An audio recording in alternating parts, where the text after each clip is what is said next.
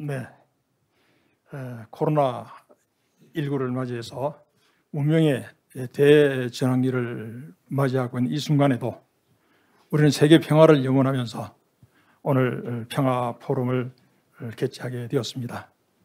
제7 세션의 자장을 맡고 있는 저는 지난 1989년도에 국제화 그리고 지방화 시대를 대비해서 전국에서 처음으로 한림성심대학교에 지방행정학과를 창설하고 44년의 교직 생활을 마감한 윤재선 교수입니다. 지금은 국가안보실 정책자문위원 그리고 한국기독교신학대학원 협의회 이사장으로 근무하고 있습니다. 동아시아 평화연구소는 시민 참여를 통해서 동북아시아 평화 공존을 달성하고자 하는 실천적인 연구기관입니다. 과거 전쟁의 역사에서 배우고 한국 전쟁의 산물인 DMZ, 즉 비무장지대와 제2차 세계대전의 산물인 일본 헌법 구조를 평화의 유산으로 자리매김하기 위한 활동으로 국제 포럼 및 시민 교류 사업을 실시하고 있습니다. 오늘 세계 평화를 염원하며 평창 평화 포럼 개회식이 있었던 어제 공교롭게도 러시아가 우크라이나를 결국은 침략하고 말았습니다. 평화의 산을 넘기가 참으로 지난하며 멀고 험난한 여정임을 새삼 느끼게 하는 어제 그리고 오늘이었습니다. 그럼에도 불구하고 우리는 평화로운 세상을 소망하며 전 세계 유일의 분단 한반도, 분단 강원도 평창에서 평화의 한 걸음을 오늘 걷고 있는 것입니다. 2022년도 평창 평화포럼의 대주제는 종전선언과 그 너머입니다.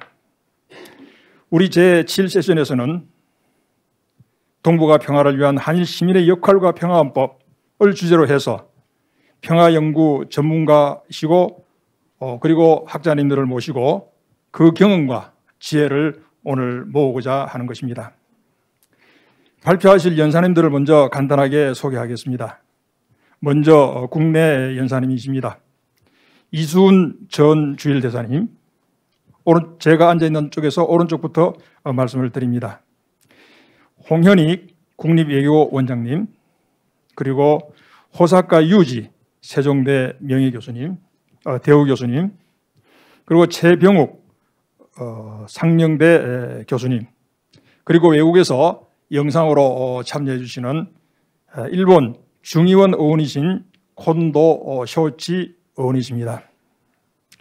진행은 총 120분간으로 실시를 하겠습니다. 연사님들께서는 약 15분 정도 말씀해 주시고 나머지 시간은 질문 및 전체 토론으로 그 시간을 활용할 수 있도록 그렇게 하겠습니다. 그럼 먼저 오늘 이수훈 전 주일대사님께서 한일 관계의 제9축에 관한 발표가 있겠습니다. 이수훈 전 주일대사님은 현재 경남대학교 석자 교수로 재직하고 계십니다. 먼저 말씀을 진행해 주시면 감사하겠습니다. 네네. 아, 그렇습니까? 네. 아니, 이거 뭐 마스크 쓰면 영 불편해서. 네. 요 마이크는 됩니까? 예, 예.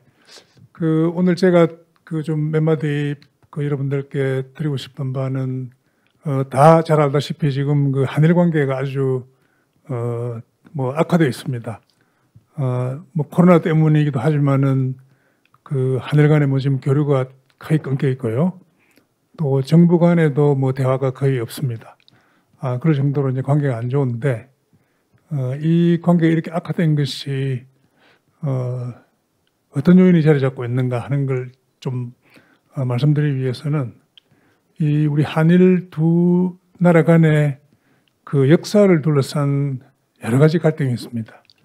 지금 관계가 이렇게 악화된 것은 저는 한 80%가 이 바로 역사 갈등이다 이렇게 이제 감히 분석을 해보는데요. 지금 역사 갈등에는 이슈가 크게 두 가지입니다. 하나는 그 위안부 문제인데요. 그 위안부 문제가 중요한 이제 하나의 이슈가 되겠고, 또 다른 하나는 그 강제 동원 문제입니다. 일본에서 이걸 징용이라고 얘기를 하는데요. 강제 동원, 강제 징용, 이 문제가 또 중요한 갈등 요인으로 그렇게 자리 잡고 있습니다. 그 먼저 이제 위안부 이 문제를 좀 살펴보면요. 저는 이제 한국의 혹은 한일 간의 그 이런저런 그 뭐 정책이나 행동, 말 이런 거에 의해서 갈등이 빚어지기도 하지만 그 좀 이렇게 저변을 흐르는 그 중요한 한 요인은 그 아베 지금은 이제 그 내각이 한두 번 바뀌어서 이분이 은퇴하셨지만은 총리에서 그만두셨지만은 아베 그라는 분 또 이분이 그 일본 말하자면 총리가 되어서 내각을 이렇게 꾸려 나갔을 그런 기간 동안에 역사 수정주의라고 하는 이런 노선을 택합니다. 이것은 대개 뭐 과거를 잊자. 그리고 우리 후손들에게 계속 이 과거 문제를 안겨줘서는 안 된다라고 하는 이런 그 취지에서 어쨌든 그런 과거를 지우려고 하는 이런 그 이제 노선이 역사 수정주의 노선이라고 할 수 있는데 이 노선을 채택하기 때문에 이 지금 여러 가지 갈등이 빚어지고 있다 이렇게 말씀을 드릴 수가 있겠습니다. 그다음에 이제 이게 뭐 일본만 전부 잘못했냐 그런 것이 아니고요. 우리가 이명박 정부 때 이명박 대통령이 그 직접 독도를 방문합니다. 그 2012년 여름인가 그렇게 기억이 되는데요. 이게 대단히 그 일본을 자극했습니다. 독도는 뭐 여러분 잘 아시다시피 우리 한국은 우리 한국대로 주장을 하고 일본은 일본대로 자기 영토라고 주장을 하고 있거든요. 그래서 이건 뭐 일상적으로 갈등 요인은 아니지만 두 국가 간에 그렇게 해서 그냥 나가면 되는데 또 독도는 우리가 또 실효적인 지배를 하고 있으니까 막 그렇게 큰 당장의 이슈는 아니기 때문에 이걸 잘 그냥 관리해 나가면 되는데 이 대통령이라는 분이 그게 아주 그 분쟁적인 그런 그 지역에 방문을 했기 때문에 일본을 굉장히 이거 자극하는 그런 이제 행동이 되겠습니다. 그래서 이것이 한일 관계를 악화시키는데 상당히 결정적인 역할을 했다 이렇게 말씀드릴 수가 있고요.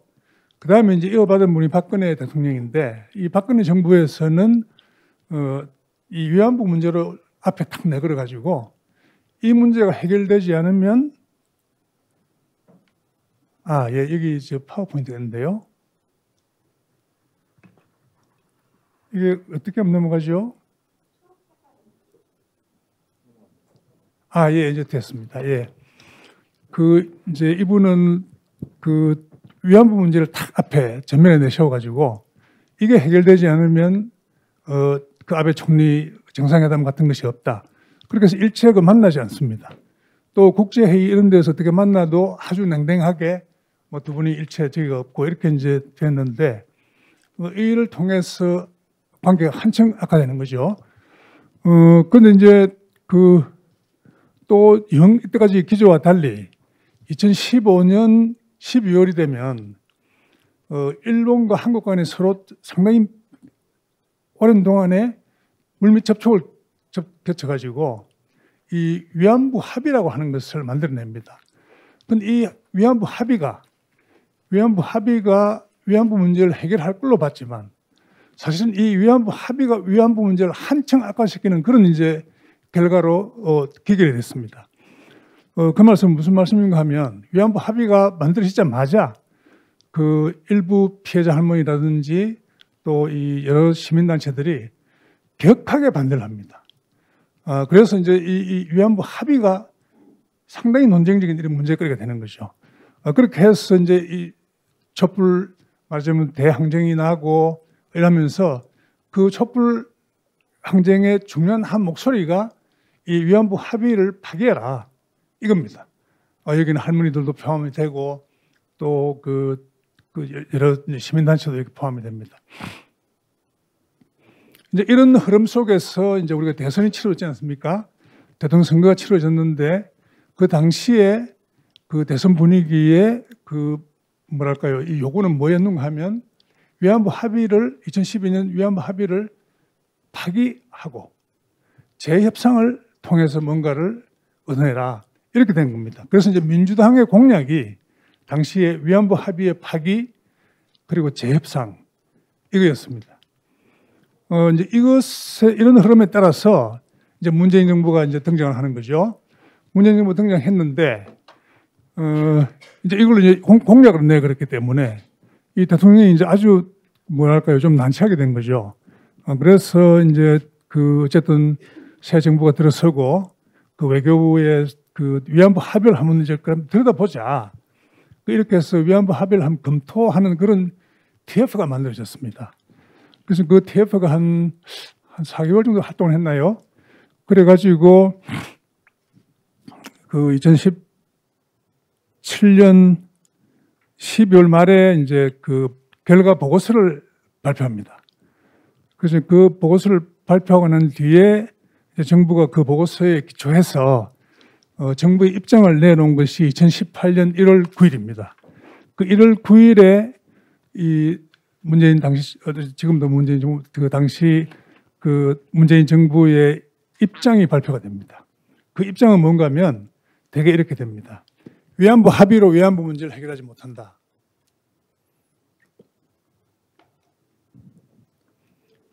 위안부 합의에 대해서는 그럼에도 불구하고 재협상을 요구하지 않는다.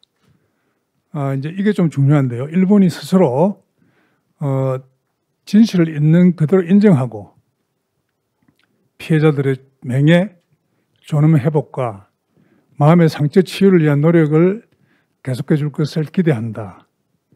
그 일본이 해야 될 일은 이겁니다.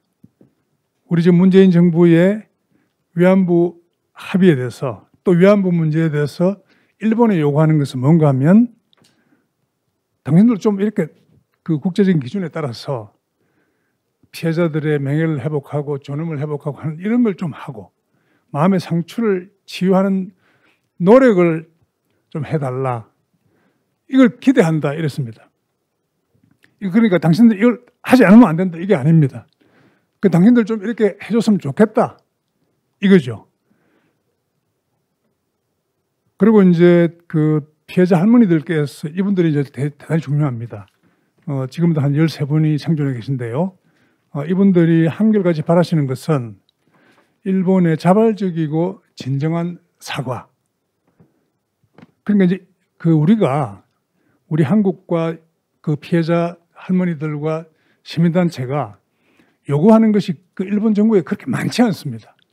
요 지금 3번의 항목 또 이 4번 이런 거기 때문에 그 일본 정부가 조금만 그 좀 유동성을 발휘하면 얼마든지 이 문제는 해결할 수 있다 이렇게 볼 수 있고 이제 5번째가 우리 정부 예산으로 일단 100억을 충당을 해놨습니다.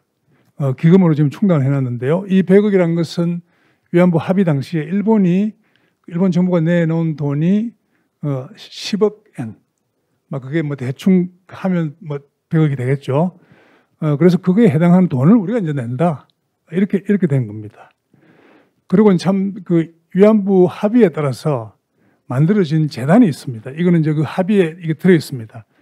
재단을 만들어서 그 거출된 돈을 갖고서 그 위안부 할머니들의 보상 문제를 한다. 이렇게 돼서 하회 치유 재단이라는 것을 만들어지는데 이 재단이 2018년 9월쯤인가요?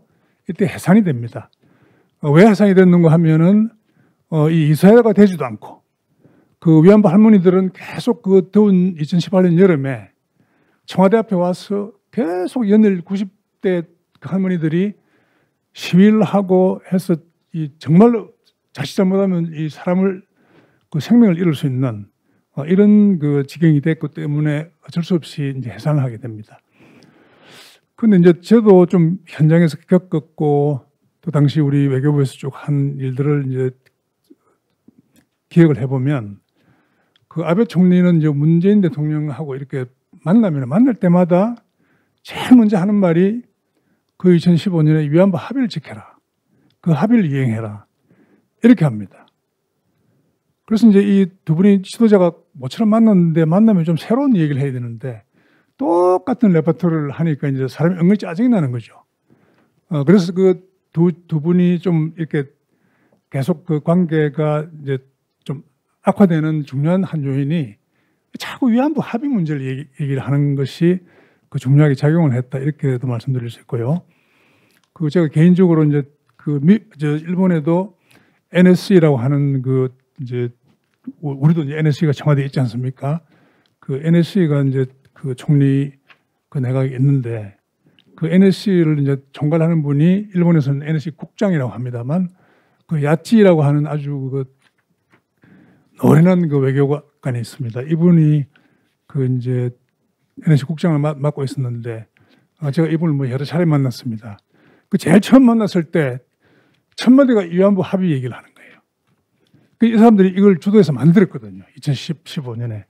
그래서 이제 상당히 뭐랄까 애정이라고 할까 자기가 한 일에 대해서 집착이 좀 있는 겁니다. 그래서 이제 그 만날 때마다 위안부 합의 얘기를 하고, 그다음에 특히 그 소녀상, 지금 그 우리 서울의 일본 대사관 앞에 그 소녀상 또 뭐 수요 집회라고 하지 않습니까? 이것을 치워라. 이런 얘기를 만날 때마다 합니다. 그렇게 해서 이제 지금 상태까지 이제 이르러서 지금 전혀 이제 문제를 못 풀고 해결 못 하고 있는데 이 문제는 어떻게 할지 나중에 좀 결론적으로 좀 말씀드리겠습니다.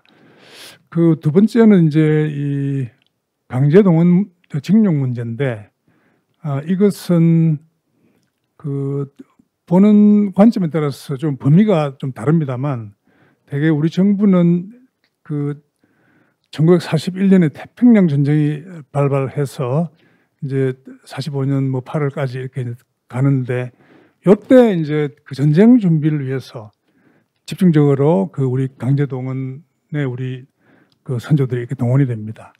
그분들에 대한 배상 문제인데 이건 좀 돈 문제입니다. 이 위안부 문제하고는 상당히 다릅니다.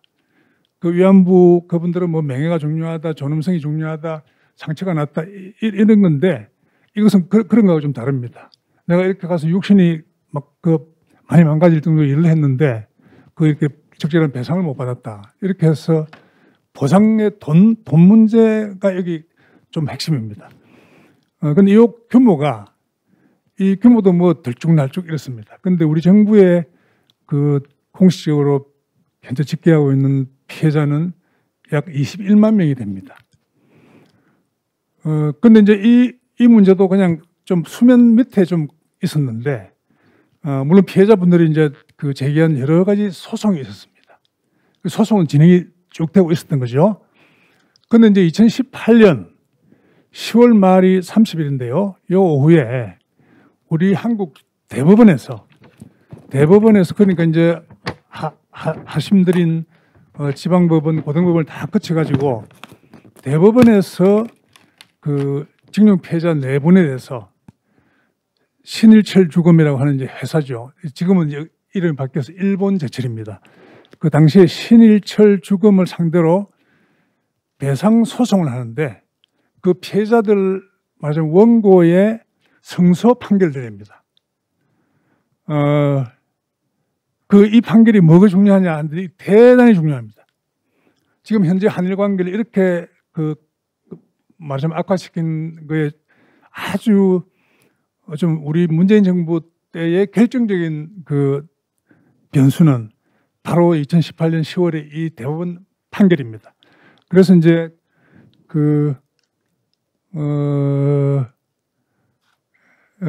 이제 이것이 지금 아직도 계속 이제 사법 절차가 진행 중에 있습니다만 일본 정부가 이 판결에 대해서 한일 관계 근간을 무너뜨리는 판결이다 이렇게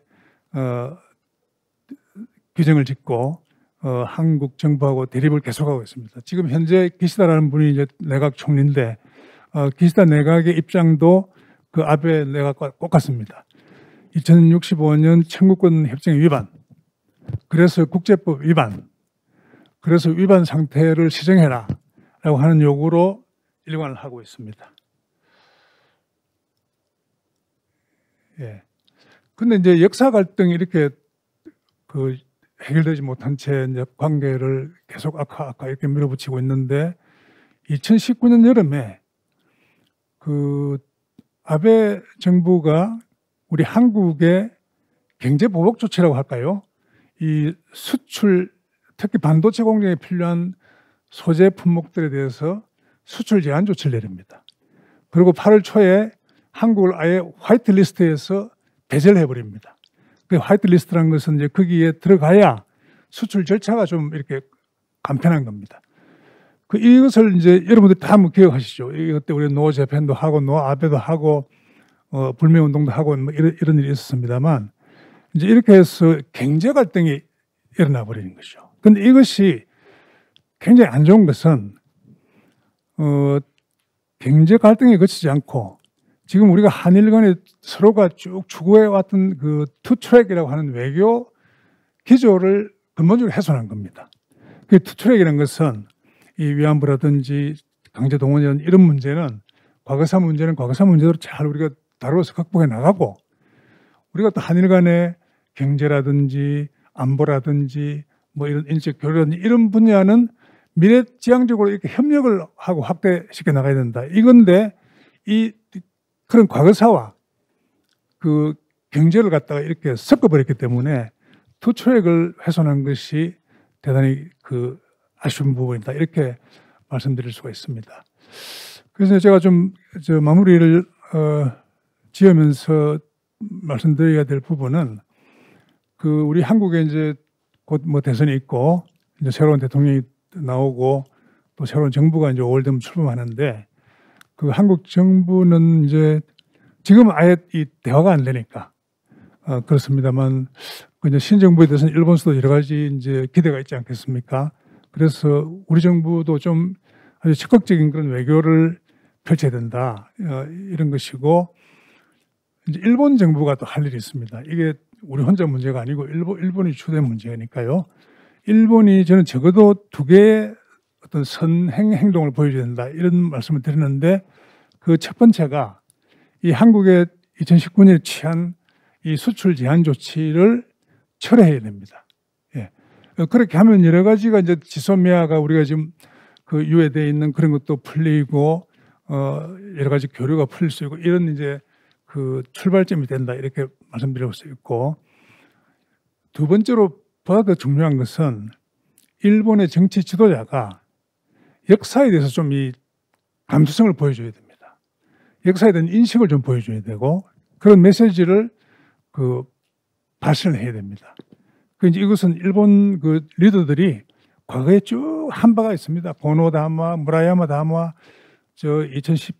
98년에 파트너십 선언, 간노도 다마 여러 가지 합의와 문서와 담화가 있는데 거기는 전부 뭔가 하면 식민 지배에 그 대한 반성, 사죄, 책임 뭐 이런 것들이 다 들어 있거든요. 그래서 그 과거사가 다 해결됐다. 이런 입장과 되지가 않고 그 역시 그 과거에 대한 상처와 여러 가지 명예, 존엄 이런 문제들을 다 엮어가지고 이 과거를 어떻게 좀 그 해소할 것인가라고 하는 이런 그 고민도 좀 있어야 되고 또 관심도 보여야 되고 그런 정치적인 메시지를 발신하는 게 대단히 중요하다. 그래서 저는 이제 지금 그 투트랙 외교도 복원해야 되지만은 그 투트랙 외교로 그치지 않고 지금 우리 뭐 글로벌 이슈들이 많이 있지 않습니까? 그런 기후변화라든지 감염병이라든지 이런 것들에 대한 협력도 같이 하는 그런 또 트랙을 만들어서 말티 트랙으로 가자. 이런 그 말씀을 좀 드리면서 제 발제를 마치도록 하겠습니다. 예. 네, 감사합니다. 충분한 시간도 드리지 못해서 죄송하게 생각을 합니다. 이순 전 대사님은 평생 학자로서 국제정치 학자로서 평화를 연구해 오신 그런 분이십니다. 그리고 그런 이론과 그리고 주일 대사로서의 경험을 통해서 한일 관계 문제 해결의 방법이 결국은 역사적인 인식부터 먼저 전환해야 되겠다라는 그런 말씀을 해주셨습니다. 이어서 우리 홍현익 국립외교원장님의 말씀이 있겠습니다.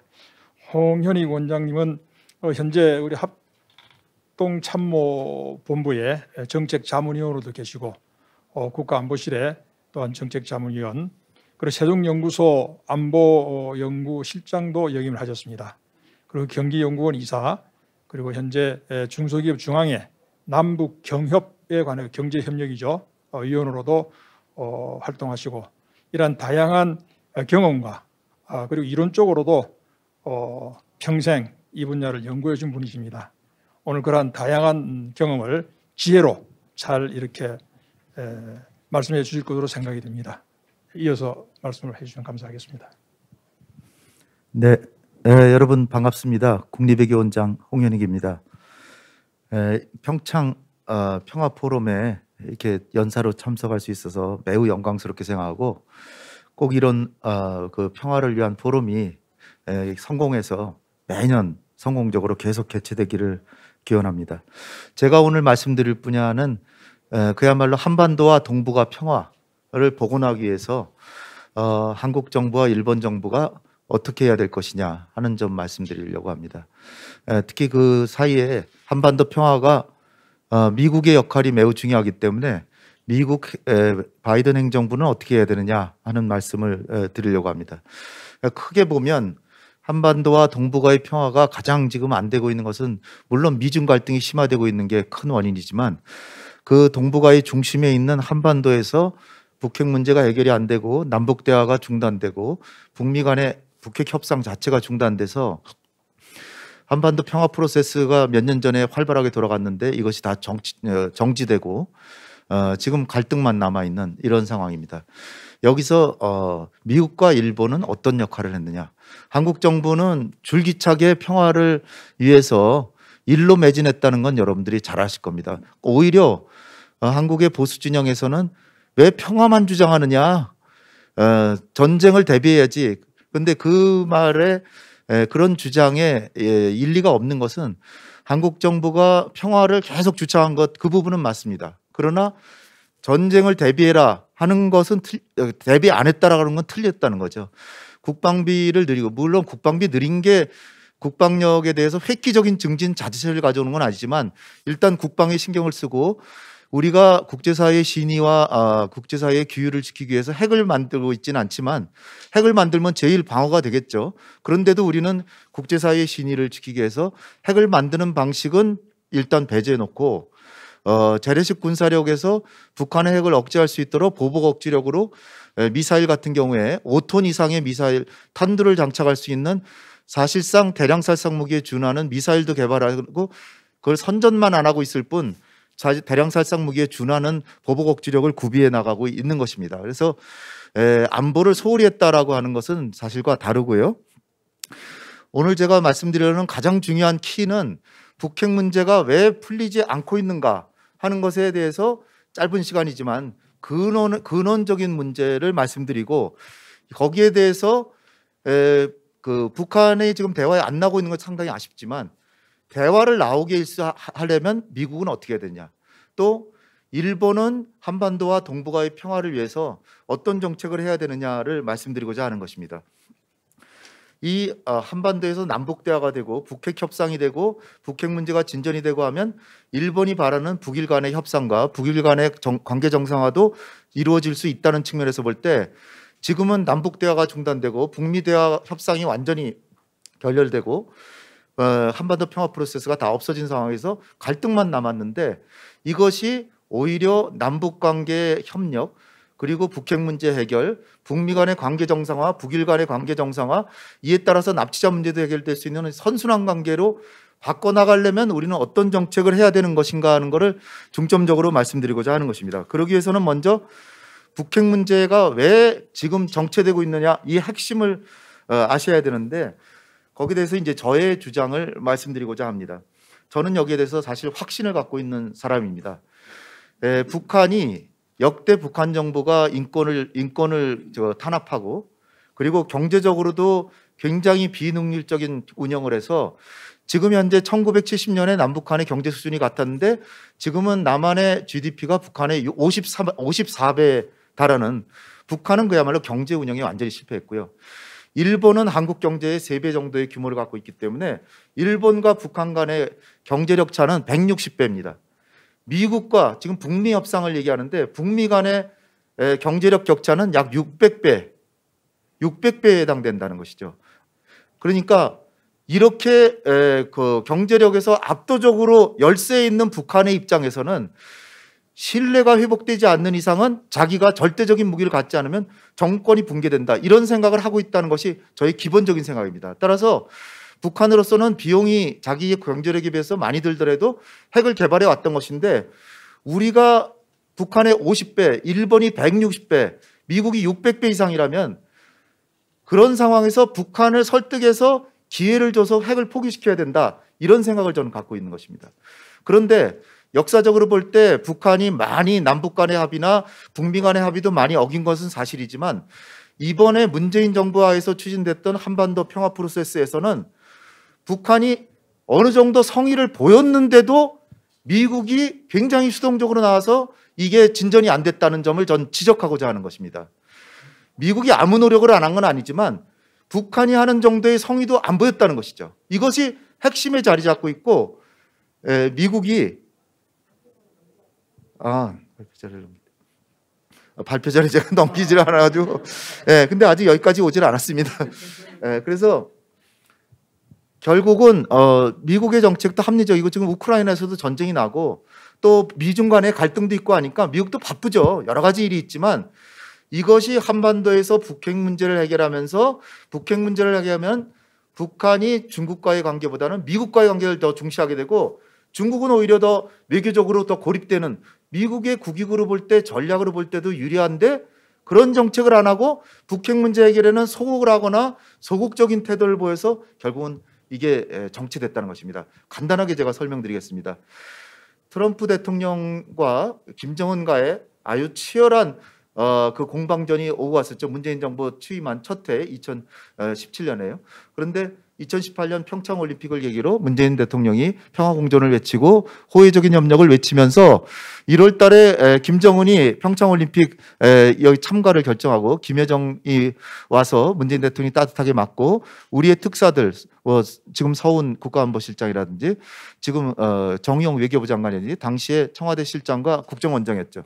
이런 분들을 평양에 보내서 남북 간의 화해 협력을 조성하고, 그다음에 지금 화면에 보시는 것처럼 6.12 북미 정상회담까지, 그 전까지는 북미 간에 치열하게 화염과 분노, 북한을 완전히 파괴한다, 이런 대결 국면에서 서로 대립하고 있었는데, 그 문재인 대통령의 노력으로 판문점 정상회담을 거쳐서 6.12 북미 정상회담까지 여기 이끌어냈던 것입니다. 그래서 여기서 합의사항이 4개가 나왔는데, 미국이 북한보다 경제력이 600배라고 말씀드렸잖아요. 그런데도 합의사항을 보면 1, 2항이 북한이 바라는 북미 관계를 정상화하고 한반도의 영구적인 평화체제를 수립한다라고 하는 북한의 요구사항이 1, 2항에 들어가 있고, 3항에 가서야 북한은 한반도의 완전한 비핵화를 위해 노력한다. 4항에는 그 유해 송환, 이런 부분이 4개가지가 합의됐습니다. 이러한 사항을 볼 때 트럼프는 어떻게든지 정치적으로 자기의 인기를 만회하기 위해서 이런 합의를 했다라고 볼 수 있지만, 어쨌든 약속한 거를 지켜야 신뢰가 형성되고, 그 신뢰를 바탕으로 북핵 문제가 해결이 되는데, 북한의 경우는 여기 이제 그 3번에 북한은 한반도의 완전한 비핵화를 노력한다 그랬잖아요. 4번에는 유해 송환. 유해는 여러분들 다 아시다시피 송환했죠. 69 정도를 송환했고요. 그 다음에 이제 북한이 했던 것이 뭐냐면은 그 상호 간의 신뢰를 회복하기 위해서 북한에 강제로 억류하고 있었던 미국인 3명을 폼페이오 장관을 딸려서 그냥 아무 대가 없이 보내줬습니다. 이것이 굉장히 어떻게 보면은 우호 제스처를 보인 거죠. 그 다음에는 지금까지도 유지하고 있는 게 뭐냐면은 핵과 미사일, 중장거리 미사일 이상의 발사를 지금까지 3년 이상을 그냥 아무 대가 없이 그냥 하고 있다는 거예요. 지금도 하고 있습니다. 이런 부분에 있어서는. 그 다음에 이제 미국의 입장에서 제일 자신의 안보의 위협이라고 생각되는 장거리 미사일 있죠. 장거리 미사일을 실험장을 평안북도의 동창리에 있는 미사일 시설을 2018년 가을에 아무 대가 없이 그냥 해체하는 과정을 밟고 있는 거예요. 전 세계가 다 보고 있었어요. 그런 상황에서 이 싱가포르 합의가 끝나고 나서 그 문재인 대통령이 평양을 방문하게 되시는데 평양을 간 이유는 다름이 아니라 북미 간의 이러한 약속에도 불구하고 북한이 지금 말씀드린 이 너댓 가지의 우호적인 조치를 취하는데 미국은 1항, 2항에 해당되는 관계 정상화를 하려면 영사관이라도 수립하고 또는 뭐 대표부를 만든다든지 그리고 나서 대사관을 설치하면 관계가 정상화되는데 시간이 오래 걸리니까 영사관이라도 설치하거나 대표부를 만드는 회담이라도 해야 되는데 여기에 대해서 미국이 아무런 제스처를 지금까지도 취하고 있지 않습니다. 두 번째, 한반도의 평화 체제를 구축하려면 6.25 전쟁을 이거 완전히 마무리하고 이제 평화를 수립해야 되니까 안보 체제도 만들어야 되고 여러 가지 토론하다 보면 몇 년이 걸립니다. 따라서 이것이 단시간에 안 되기 때문에 그러면 상징적으로 종전선언이라도 해주자라고 하는 우리 정부의 이러한 노력에 대해서 미국이 아직까지도 명확하게 하자라고 안 하고 있다는 거예요. 그럼 미국이 1항, 2항에 대해서 아무것도 안 하는데 북한은 오히려 너댓까지를 했다는 거죠. 여기에 대해서 미국이 과연 뭐라고 대답을 할 수 있을까? 그렇기 때문에 미국의 입장에서는 북핵 문제에 대해서 상당히 소홀하게 했던 것이 아닌가. 그래서 이제 평양에 가서 문재인 대통령께서 요 5번에 보시면 미국이 상응 조치라면 영변핵 시설을 영구 폐기한다는 조항을 얻어가지고 옵니다. 이게 영변의 핵시설이라는 게 별거 아니다라고 생각하는 분도 계시지만 영변의 핵시설은 북한의 핵시설의 70에서 80% 정도에 해당되는 겁니다. 물론 한 20%는 다른 데도 있다라고 볼 수 있어요. 그러나 이렇게 북한의 핵시설의 80%를 완전 영구 해체하면 얼마나 이득이 되겠습니까? 그런데 그러한 그 합의를 얻었는데 미국의 상응 조치가 있잖아요. 그 상응 조치를 김정은은 그 다음에 하노이 정상회담에서 유엔에서 안보리 제재 11개나 제재를 하고 있으니까 거기서 최근 걸로부터 시작해서 5개만 해제해 달라. 그런데 트럼프 대통령이 완전히 제재를 다 해제시켜달라네. 그러면서 거부하고 뛰쳐나갔던 겁니다. 제가 정말로 아쉬운 거는 만약에 안보리 제재 5개가 상당히 안보리 제재를 무색하게 하는 것이라면 5개는 곤란하니까 3개나 4개 해제해 주겠다라고 협상을 할 수도 있는데 전혀 협상하지 않고 무조건 북한이 더 양보해라고만 주장했다는 것이죠. 그러니까 트럼프 대통령은 이런 행사로 자기의 인기만 올리는데 주력했던 것이지 실제로 북핵 문제를 해결하는 데는 큰 마음이 없었다는 것이죠. 이래서 할 수 없이 2년여가 더 지나서 문재인 대통령께서 작년 9월 달에 유엔에 가셔서 3번째로 종전선언을 제안하게 됐는데 이거는 벌써 김정은 위원장하고도 합의를 했던 거고요. 그 전에 노무현 대통령과 김정일 간에도 합의가 됐던 상황입니다. 그런데 이걸 또다시 제안을 했는데 이건 그야말로 정치적이고 상징적인 조치인데 미국은 여기에 대해서 흔쾌히 동의하지 않고 지금까지도 명확하게 답을 안 하고 있다는 거예요. 물론 한미 간의 협의는 돼서 이제 북한에 제안하는 절차가 남았는데 너무나도 시간이 오래되고 동력이 다 떨어져 버렸습니다. 거기다가 우리가 지금 오늘 얘기하려는 한일 관계에서 일본은 이 종전선언에 대해서 상당히 부정적인 입장을 갖고 있다는 거죠. 그래서 한일 간에도 이 한국의 종전선언 제안을 일본이 승인해 주는 것이 굉장히 중요한데 지금 일본 정부가 여기 보시다시피 종전선언의 부정적인 영향을 우려한다는데 사실 그 문재인 대통령께서 평양에 가셔가지고 김정은과 얘기를 하면서 서울에 돌아오셔서 첫 번째로 기자회견장에 오셔서 하신 말씀이 뭐냐, 김정은 위원장과 종전선언의 효력에 대해서 얘기했는데 한미동맹, 주한미군, 그다음에 유엔 사령부의 지위나 역할에 대해서 전혀 문제가 없다는 것을 확인했다라고 말씀한 적이 있습니다. 따라서 지금 일본 정부가 종전선언을 하면은 거기에 엄청난 변화가 생긴다라고 하는 걸 우려해서 반대하고 있는데 이것이 사실상 한반도의 평화 프로세스 복원에 상당한 부정적인 영향을 끼치고 있다는 말씀을 드리는 것입니다. 지금 시간 관리를 해야 되기 때문에 북핵 전망을 말씀드리면 북미 관계나 남북 관계가 다 개선이 될 때 우측 밑에 우크라이나 시나리오로 해결돼야 이것이 해결이 되는데 지금 여러분들 보시다시피 우크라이나에 또다시 전쟁이 나려고 그러고 있습니다. 그래서 러시아나 미국이 우크라이나가 핵을 포기하는 대신에 안전보장을 했는데 그걸 지키지 않았기 때문에 북한의 입장에서도 우크라이나 사태를 보면 핵을 포기하면 결국은 땅을 뺏기는구나 이런 생각을 하기 때문에 핵을 포기하지 않는다는 것입니다. 더군다나 지금 미국이 중국에 대해서 강력하게 때리기를 하고 있는데 이렇게 미중 관계가 악화되면 여러분 여기 저 화면에서 보시다시피 미중 관계가 악화되면 북핵 문제 해결은 거의 불가능하다. 따라서 미국이 중국과의 관계도 우호적인 관계로 갈 때 북핵 문제가 해결이 된다는 걸 알 수 있습니다. 금년에 북한 도발 가능성을 보면요. 3월 9일 날 한 2, 3주 내로 한국에 대선이 있습니다.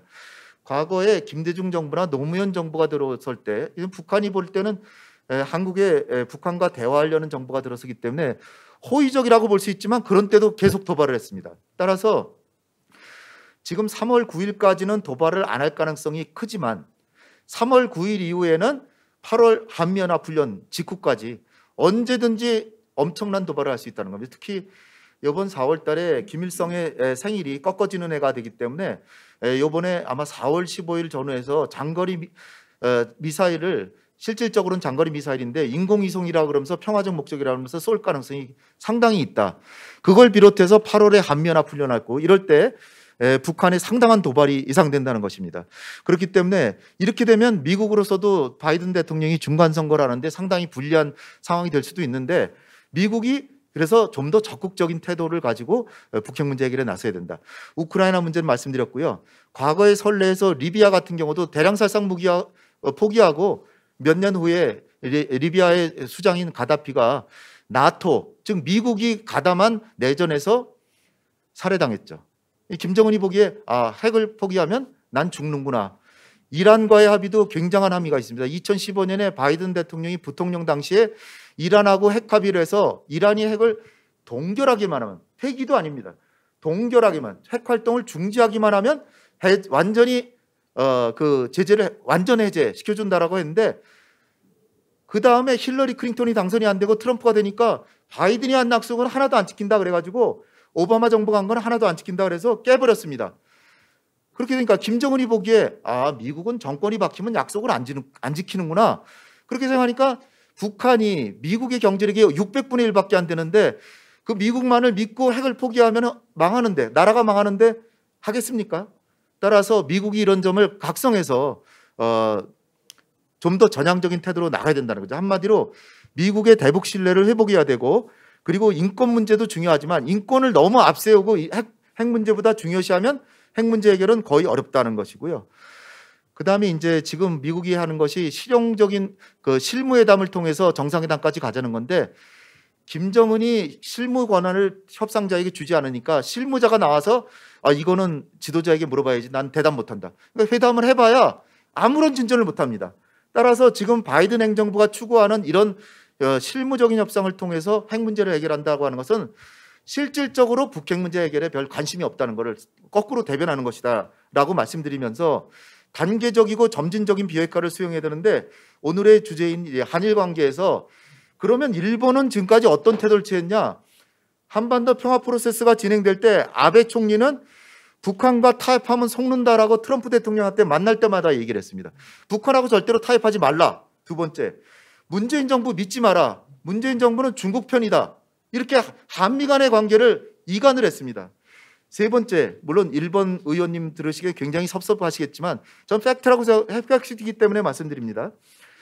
북핵 문제라고 하는 동북아의 평화 자체를 훼손할 수 있는 엄청난 이러한 안보 문제 대신에 18명의 납치자 문제, 요거를 가지고 계속 얘기를 하면서 2002년에 고이즈미 총리가 방문해서 납치자를 대부분 다 보내줬고, 일본의 주장이 옳다고 하더라도 안 돌려보낸 사람이 너댓 명밖에는 안 되는데 너댓 명 때문에 동북아 안보 자체를, 납치자 문제를 우선하는 그런 정책을 펴고 있습니다. 그러니까 일본의 영향력이 대단하기 때문에 미국이 협상에 소극적으로 나가는데 일본이 뒤에 있다는 말씀을 드리고요. 그 다음에 종전선언에 대해서도 지금 종전선언이 매우 위험하다 그러면서 종전선언에 반대 입장을 보이고 있습니다. 이러니까 한반도에 이게 평화가 되겠습니까? 그래서 이제 마지막으로 한일 관계 개선에 대해서 몇 가지 말씀드리고 마치도록 하겠습니다. 한일 관계 개선에 벌써 거기 갔네요? 간단하게 말씀드리겠습니다. 지금 이수훈 대사님께서 잘 설명해 주셨지만 일단은 경제적으로 일본이 한국에 대해서 우방국에 대해서 무역 제재를 하고 있는데 이것에 대해서는 일단 해제를 하는 게 바람직하고요. 동시에 한국도 일본에 대해서 WTO 국제무역기구에 제소하고 있는데 이걸 동시에 철회하면서 상호 간의 우호 관계를 회복해야 된다고 봅니다. 두 번째로는 위안부 문제, 강제징용 문제는 일본의 배상을 가지고 자꾸 우리가 얘기를 하는데 배상은 우리가 경제력이 그거 돈 문제가 아닙니다. 실질적으로 일본이 확실하게 역사적 사실을 인정하고 사죄하는 마음을 갖고 있다고 하면 우리가 전향적으로 경제 문제는 우리 정부의 힘으로도 해결할 수 있다는 자세로 나가는 게 좋다는 것입니다. 제가 공무원인데 이건 정부의 입장을 얘기하는 건 아닙니다. 제 개인적인 의견을 말씀드렸습니다. 그 다음에 조속한 한일 정상회담을 해서 1998년 김대중 오부치 선언에 준해서 21세기 상생협력 한일 파트너십을 선언해야 된다. 그 다음에 이제 교류협력을 증진하고 국제무대에서 상호 협력을 도모하는 게 좋겠다. 그 다음에 이제 평화를 위해서 협력하는 부분은 제가 정말 일본 정부에 간절히 바라는데요. 납치자 문제 이거 정말 해결을 하기 위해서도 납치자 문제를 해결하기 위해서는 북핵 문제가 해결이 되고 북일 관계가 정상화되는 과정에서 해결되는 것이지 납치자 문제를 우선시하면 납치자 문제 해결도 안 되고 한반도와 동북아 평화도 망치는 것입니다. 따라서 북핵 문제 해결과 납치자 문제 해결을 동시병행 정책으로 전환해야 될 것을 강력히 호소하는 바이고요. 두 번째는 종전선언이라고 하는 것은 이게 한반도의 평화 프로세스 복원에 상당한 신뢰 회복 조치이기 때문에 일본이 전향적으로 동의해주고 북핵 문제도 점진적 단계적 해결 방안을 일본이 지지해 주시기를 바랍니다. 그리고 나서 이제 안보 부분에서는 한미일 안보 협력도 하고 이수훈 대사님께서도 강조하셨던 동북아 다자 안보 협력 차원에서 기후, 환경, 에너지, 보건, 방역, 자연재해 협력, 원자력 안전 등에 대해서는 동북아 다자 안보 협력 차원에서 한일 간의 적극적인 협력을 한다면 참으로 호혜적이고 동북아의 평화 회복에 도움이 되리라고 생각합니다. 감사합니다. 네, 말씀 감사합니다. 거듭되는 얘기입니다만은 충분한 시간을 못 드렸습니다. 우리 이수훈 전 대사님과 그리고 홍영희 원장님께서 서로 연계성 있는 그런 발표를 통해서 시너지가 있는 그런 내용이었습니다. 특별히 그 종전선언은 이번 평창 평화 포럼의 대주제입니다. 종전선언과 그 너머. 그런데 이 종전선언을 앞두고 한미일 해양 세력 그리고 북중러 대륙 세력이 서로 각축장이 이 한반도가 된다는 사실을 생각할 때 오늘의 포럼은 나름대로의 큰 의미가 있지 않는가 싶은 생각이 들어갑니다. 아무튼 한국과 일본은 이사를 할 수 없는 가깝고도 가까운 나라입니다. 한반도가 편안해야 일본도 편안하다라고 생각했을 때 종전선언 등 한일 간의 협력이 필요하지 않겠는가 그런 생각을 갖게 됩니다. 다음에 이제 발표하실 분은 우리 호사카 유지 교수님, 세종대학의 대양 휴머니티 칼리지 대우 교수로 계십니다만은 널리 알려진 분이시고 또 한일 관계에 가장 자랑스러운 그러한 전문가가 아닌가 하는 생각을 갖습니다. 이분은 일본 도쿄대 공학부에서 학사를 하신 분입니다. 그리고 1988년도면은 우리 올림픽 때인가요? 예, 그때 이제 한국으로 거처를 옮기신 겁니다. 그래서 한국 분이세요. 이름만 이제 호사카 유지라고 합니다만은 그 이후로 이제 한일 관계를 쭉 계속 연구해 오셨고 2003년도에 이제 한국 국적을 취득을 하셨죠. 그리고 고려대 정외과에서 박사 학위를 하셨고 아까 소개드린 대로 세종대학교 대양 휴머니티 칼리지 대우 교수로서 지금도 열심히 활동하고 계십니다. 예, 좋은 말씀 부탁드리겠습니다. 예, 안녕하십니까. 지금 소개받은 세종대학교의 호사카 유지라고 합니다. 오늘은 저는 그 한일 관계에 대해서 특히 키시다 총리가 이끄는 키시다 정권이 들어섰기 때문에 이 키시다 정권 하에서의 한일 관계가 어떻게 흘러갈까라는 내용을 아주 간략하게 말씀드리고자 합니다. 먼저 그 한일 관계를 그 일본 쪽에서 보는 시각이라는 것을 우리가 아는 것은 대단히 중요합니다. 그것을 알기 위해서는 그 일본 총리들이 한국에 대해서 어떤 언급을 했는가라는 것을 살펴보는 것이 대단히 중요하다라고 할 수가 있습니다. 그리고 또 일본 총리의 기본적인 그 연설 속에 나오는 그 한국에 대한 언급이 중요합니다. 그게 일본 정부의 기본적인 대한 정책이 되기 때문이죠. 2020년 1월 탄시 아베 신조 일본 총리가 국회에서의 소신 표명 연설을 했는데요. 그 속에 한국에 대해서 이러한 구절이 나왔습니다.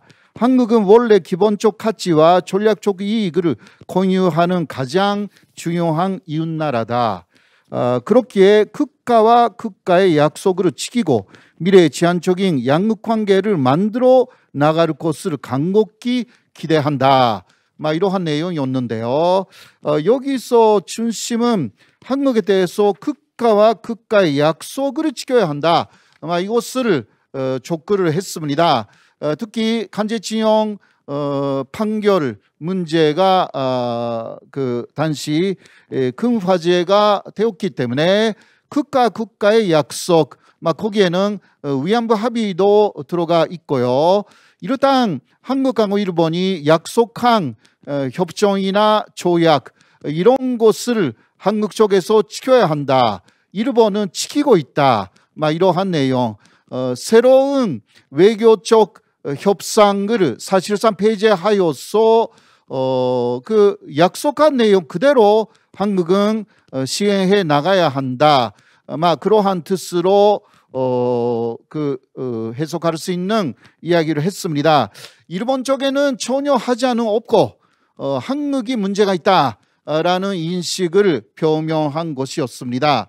자, 그 다음 보시면 스가 정권으로 2020년 9월에 바뀌었고 10월에 탄시 스가 총리가 역시 국회에서 기본적인 소신 표명 연설을 했는데요. 그 속에 나온 그 한국에 대한 내용은 이러한 내용이었습니다. 한국은 매우 중요한 이웃나라다. 건전한 한일 관계로 되돌릴 수 있도록 일본의 일관된 입장에 입각하여 적절한 대응을 강력히 촉구한다. 이것도 역시 일본의 일관된 입장, 그러니까 강제징용 문제나 위안부 문제, 이것은 다 끝났다. 그 1965년에 청구권 협정 그리고 2015년 한일 위안부 합의로 다 끝난 것을 한국이 다시 꺼내고 일본에게 그 요구를 하고 있다. 이것은 한국이 잘못된 것이고 일본이 옳다. 그러니까 외교적 협상을 완전히 차단시키고 일본의 주장에 한국이 따라와야 한다. 이런 것을 아베 전 총리와 똑같이 그렇게 기본적인 연설에서 표명한 것이었습니다. 그리고 이 스가 정권이 1년 정도로 마무리돼 가지고 지난해 다음 그 페이지이지만 2021년 10월에 키시다 정권이 들어서 가지고 역시 국회에서의 소신 표명 연설에서 한국에 대해서 이런 식으로 키시다 총리는 말했습니다. 한국은 중요한 이웃나라다. 건전한 관계로 되돌리기 위해서도 우리나라, 일본의 일관된 입장에 입각해서 한국 쪽의 적절한 대응을 강하게 촉구해 나갈 것이다.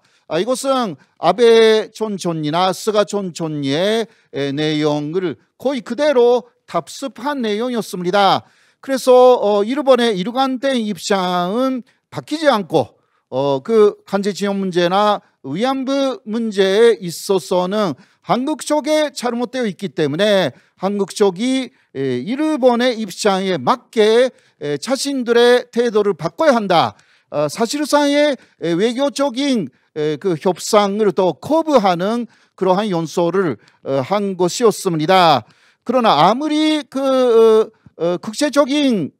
국제적인 산식에서 볼 때 그 국가 대 국가의 약속이라는 것은 변화가 항상 있기 마련입니다. 이러한 부분을 일본이 지금 한국에 대해서는 거부하고 있다라는 부분이 대단히 우려스러운 내용입니다. 예를 들면 한미 FTA 협상이라고 해도요. 미국 쪽의 요구에 따라서 한국 쪽의 입장이 많이 변화가 있었습니다.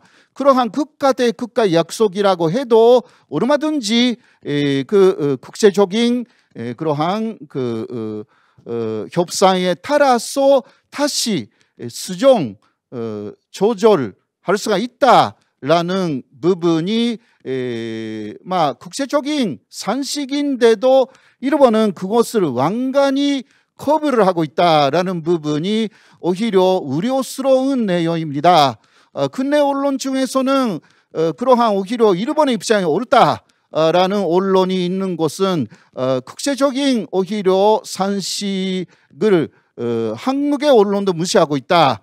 이르브 그렇게 말할 수밖에 없다. 저는 그렇게 생각합니다. 자, 다음 보시면요.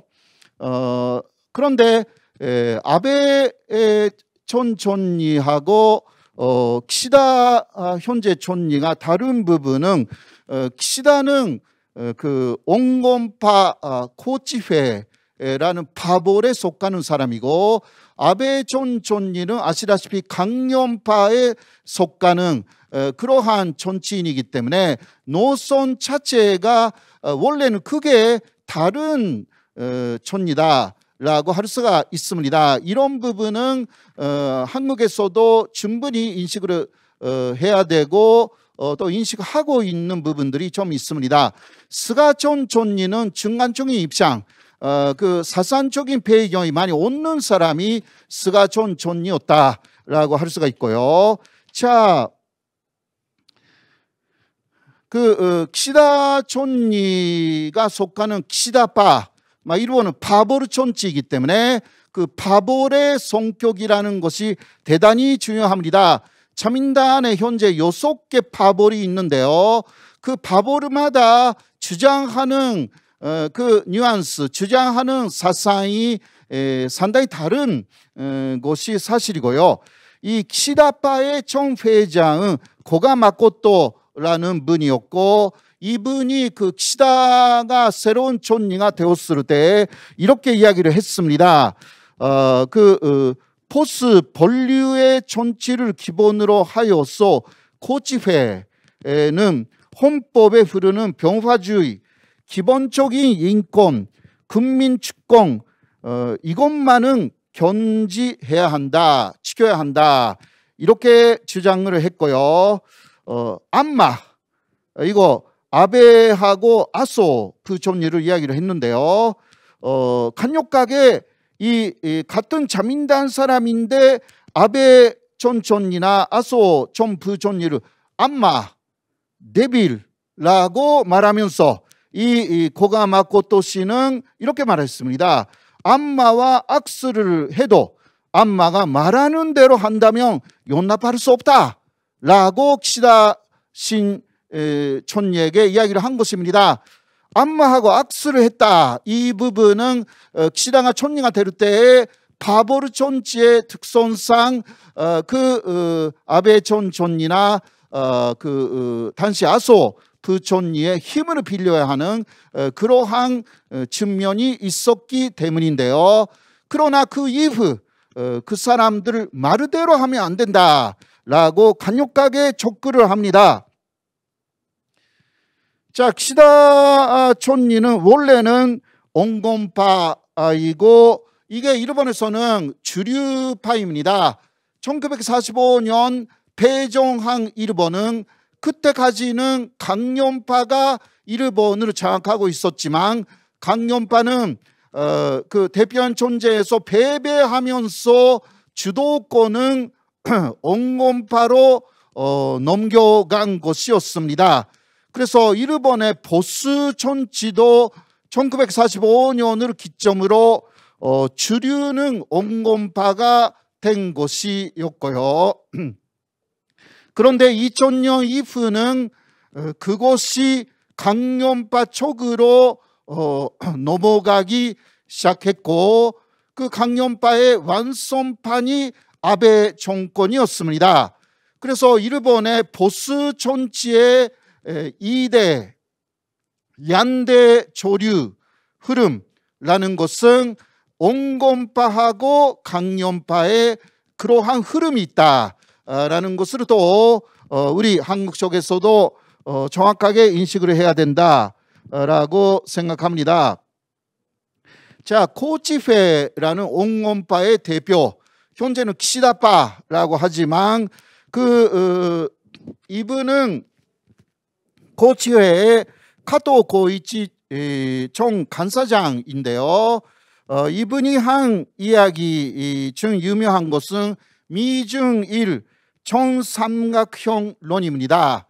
그러니까 일본은 미국하고 중국하고 등거리 외교를 해야 된다라는 그 이야기를 강력하게 내세운 사람이 고치회의 카토 총 간사장이었고, 사실 고치회라는 그러한 흐름은 미국하고 중국 사이에서 어느 쪽에 편중하지 않고요, 등거리 외교를 하면서 미중 간에서 균형 잡힌 그러한 외교를 입장을 그렇게 견지해야 된다, 이것입니다. 뭐 아시다시피 아베 전 총리의 그 라인, 그 강연파 쪽의 라인은 중국을 견제하면서 미일 안보 동맹을 강화시킨다라는 방향이라고 할 수가 있는데요. 이것은 한국 내에서도 포스하고 진보 세력의 생각하고 대단히 비슷한 보수 쪽의 생각하고 진보 쪽 생각 한국 내에요. 양쪽 세력의 견해가 일본에서는 자민당 안에 또 2대 세력의 견해이기도 한다라는 말씀입니다.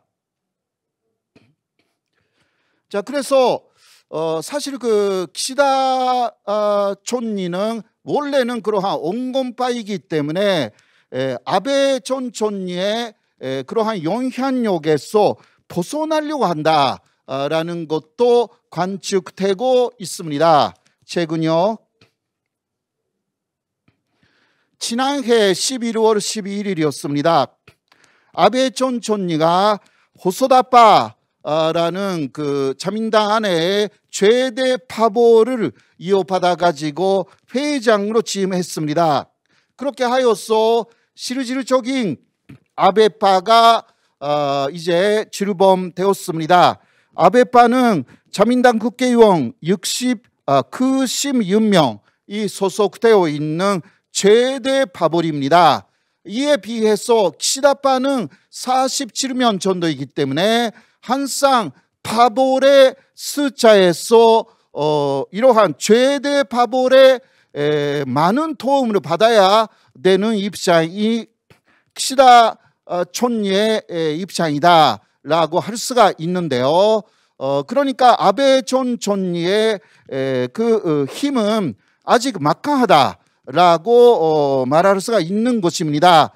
그러나 그대로 아베 전 총리의 영향력 하에 있으면 키시다 총리가 신조로 사실 갖고 있는 온건적인 평화주의적인 그러한 내용을 펼칠 수가 없는 거죠. 그래서 요새 나와 있는 이야기 중 하나가 일단 10월에 있었던 일본 내의 중요한 선거에 이긴 키시다가 아베 전 총리하고 거리를 두기 시작해가지고요, 대고치회라는 것을 하는 움직임이 있다라는 것입니다. 이것은 키시다파가 원래 고치회, 여기는 고치회에서 나온 사람들을 다시 규합하면 아소파라든가요, 다닝아키 그룹이라든가 이러한 파벌 혹은 그룹, 이런 사람들을 규합하면 아베파를 넘어서는 120명 정도의 대파벌이 만들어진다라는 것입니다.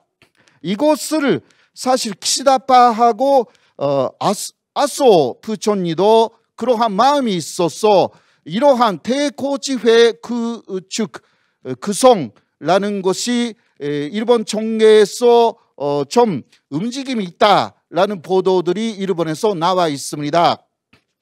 그러나 어제 또 아소파가 분열된다라는 뉴스가 갑자기 일본에서 나왔습니다. 그래서 그렇게 쉬운 이야기가 아닌 것 같지만, 그러나 아소파 속에서 오히려 키시다파에 가까운 사람들이 꽤 있기 때문에요. 이러한 대고지회 구상이라는 것이 계속 문 밑에서 움직이지 않을까. 그렇게 되면 키시다 온건파가 고지명 강연파 아베파에 대항할 수가 있게 되었어요. 결국은 1945년 이후에 온건파가 포스 안에서도 우세했던 그러한 일본의 보수 정치가 다시 부활될 수가 있다. 그럴 경우는 한국하고의 대화도 다시 활발하게 이루어지지 않을까, 그렇게 예측할 수가 있는 것입니다. 그러나 그러한 키시다 총리의 움직임을 잘 알고 있는 아베 총리는 키시다를 압박하는 그러한 움직임을 계속 보이고 있습니다. 최근에는 아베 총리가 가장 지지하는 다카이치 사나에라는 산다이 강경파의 여성을 내세워가지고 현재는 다카이치 사나에는 자민당 전조회장입니다. 전조회장이라는 것은 자민당 안에서의 정책을 만드는 책임자이고요. 지금 일본 정부하고 자민당의 역학적인 관계가 역전이 되었습니다. 오히려 일본 정부보다 자민당 안에 정책 책임자의 힘이 지금 강해진 상황입니다. 이 아베 다카이치의 연합이 키시다에게 계속 여러 가지 주장을 내세우고 있습니다. 지금 시간이 많이 없기 때문에요. 간단하게 마무리하겠습니다. 요새는 베이징 올림픽에 대해서 외교 보이콧, 이것은 키시다는 안 하려고 했는데 아베 다카이치의 권세에 밀려서 사실상 외교 보이콧을 했고요. 그리고 사도 관산, 세계문화유산 둔재 문제, 이것도 키시다 쪽에서는 이번에는 보류하겠다, 이러한 입장이었지만 아베 다카이치 연합에 밀려서 신청하게 됐습니다. 그래서 이러한 움직임은 7월에 자미원 선거까지 이어질 것 같습니다. 7월 자미원 선거에서 키시다가 승리를 한다면 강연파의 위견을 수용하지 않아도 되는 만큼의 힘을 키시다가 갖게 되기 때문에 그게 7월에 자미원 선거의 승패가 관건이 되어가지고 한일 관계 개선이 이루어질지 혹은 안 될지, 그것이 결정될 것이다. 한국의 새로운 대통령이 탄생한다 하더라도요, 이쪽의 팩터만으로, 요인만으로 한일 관계가 개선되는 게 아닙니다. 일본 내의 요인이 대단히 중요하다라는 말씀을 드리면서 제 말씀은 이 정도로 시간이 없기 때문에 마무리하기로 하겠습니다. 감사합니다. 네, 감사합니다. 다 못하신 말씀은 토론 시간에 또 마련되어 있으니까 그때 보충해서 말씀해 주시면 감사하겠습니다. 아시다시피 호소카 선생님은, 교수님은 일본에서 성장하셨고 또 한국에서 공부도 하셨고 한국 사회를 경험하신 그런 분입니다. 그렇게 하다 보니까 일본의 정치 현상을 한국인의 입장에서 바라본 그러한 내용을 요약해서 이렇게 잘 발표를 해 주셨습니다. 네, 감사드리고, 다음에 이제 우리 최병욱 상영대 최병욱 교수님께서 말씀해 주시겠습니다. 우리 최 교수님은 상영대 국가안보학과 안보학과의 교수로 재직하고 계십니다. 학과장과 안보통일연구소 소장을 지내셨습니다. 그리고 국방부 장관 정책보좌관을 거쳐서 국방부 그리고 병무청 등에서 정책자문위원으로 활동해 오신 안보 분야의 전문가이십니다. 오늘 한반도 이 평화체제 구축과 그리고 안보 전략에 관해서 좋은 말씀 들려주시겠습니다. 네, 부탁드리겠습니다. 네, 반갑습니다. 상명대학교 최병욱입니다. 귀한 자리에 참가하게 돼서 영광으로 생각합니다. 평창 평화 포럼 그리고 종전선언과 그 너머 이렇게 돼 있는데 그 포럼의 이름도 아주 좋고 주제도 아주 참 마음에 듭니다. 저는 그 윤재선 교수님으로부터 안보 현안 이슈에 대해서 관점과 대응 뭐 이런 걸 좀 말씀해 달라는 이야기를 들었는데 평화 체제 구축의 관점에서 현재 안보 상황에 대해서 어떻게 접근하는 것이 바람직한지 이런 것을 좀 간략하게 말씀을 드리겠습니다. 먼저 말씀드리기 전에 제가 생각하고 있는 기본적인 문제 인식은 아마 그 제가 예전에 읽었던 책인데 지금도 굉장히 기억에 많이 남습니다. 그 Why Nations Go to War라고 하는 책입니다. 존 스토신저 교수가 지은 책인데 지금 10판까지 나왔으니까 꽤 저명한 책입니다. 그 책은 전쟁의 원인을 굉장히 오랫동안 분석한 책이죠. 그 저자 그 존 스토신저 교수의 인식은 이렇습니다. 전쟁은 사람이 일으키는 것이다. 그 당시에 주요 위치에 있던 그 사람의 판단과 결정이 전쟁의 발생과 발전에 지대한 영향을 준다. 이렇게 분석하고 있습니다.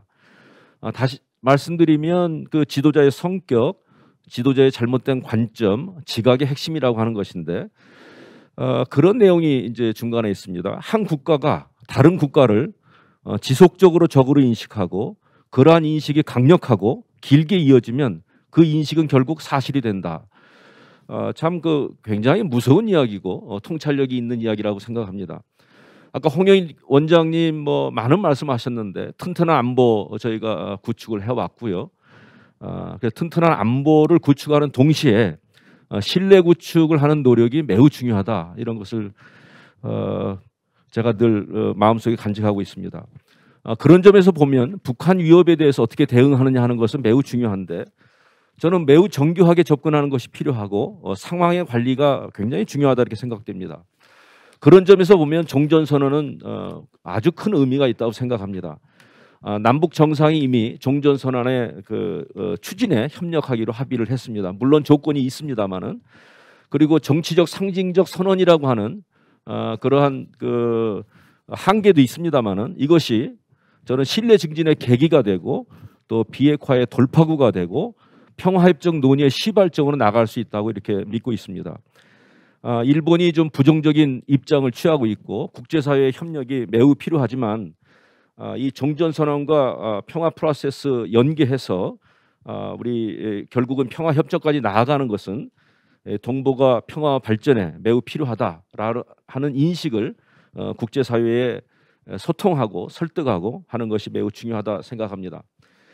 두 번째는 요즘 이제 많이 나오는 선제 타격에 대한 이야기인데 이 이야기는 그 어떻게 보면 매우 단호한 의지인 것 같고 그런 점에서 보면 국민이 꽤 안심할 것 같습니다만은 사실은 이것이 오히려 한반도의 안보 위협을 저는 더욱 가중시킬 위험성이 더 크다 이렇게 보고 있습니다.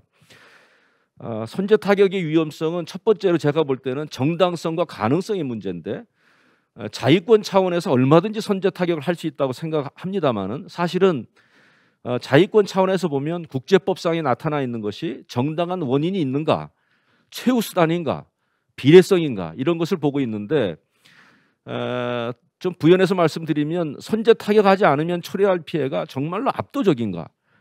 물론 북한이 핵으로 공격한다면 정말 압도적인 것이죠. 그다음에 상황이 선제 공격 이후에 다른 수단을 선택할 여유나 시간적 생각할 시간조차 없을 정도로 절박한가? 즉 최후의 수단인지를 그것이 이제 어떻게 보면 당위성에 관련된 것인데 그거 쉽지 않습니다. 그러니까 핵무기라고 하는 것은 성격 자체가 실제 사용의 목적보다는 일종의 과시라든지 협상이라든지 협박이라든지 견제의 수단으로 쓸 수 있기 때문에 북한이 위협을 한다고 해서 선제 타격을 할 경우에는 자칫 더 큰 불화를 일으킬 수 있다라고 저는 생각하고 있습니다. 다시 말씀드리면 피할 수 있는 전쟁을 피할 수 없는 전쟁으로 가게 하는 것이 선제 타격일 수 있다라고 하는 점을 말씀드리고요. 두 번째는 위험성인데 선제 타격을 했다고 해서 정말로 그 북한의 모든 위협을 제거할 수는 없습니다. 북한은 미사일 800여 발을 갖고 있고요. 이동식 발사대도 200개 이상을 보유하고 있습니다. 불과 몇 분 만에 우리가 모두 탐지해서 추적해서 요격하는 것은 기술적으로 거의 불가능합니다. 그렇기 때문에 선제 타격 이후에 보복에 대한 위험성을 그대로 안고 있다고 생각하고요. 그래서 저는 선제 타격보다는 실제로 중요한 것은 응징 억제 전략이라고 생각합니다. 응징 억제 전략은 도발 행동을 했을 때 엄청난 보복이 따른다는 것을 상대방이 알게 하는 것입니다. 우리도 상당한 정도의 전력을 갖고 있습니다. 그래서 도발 행동을 하지 못하도록 하는 것이 매우 중요하다고 봅니다. 일각에서는 선제 타격은 안 되고 왜 대량 응징 보복은 되는가 이렇게 또 이야기도 합니다만 제가 볼 때 둘은 완전히 관점이 다릅니다. 선제 타격이라고 하는 것은 상대방에게 내가 미리 당할 수 있다는 불안감을 조성합니다. 그 불안감 때문에 긴장과 전쟁의 위협을 높이는 결과를 초래합니다. 반면에 대량 응징 보복은 전쟁을 일으킬 도발할 의지를 낮추는 효과를 갖습니다.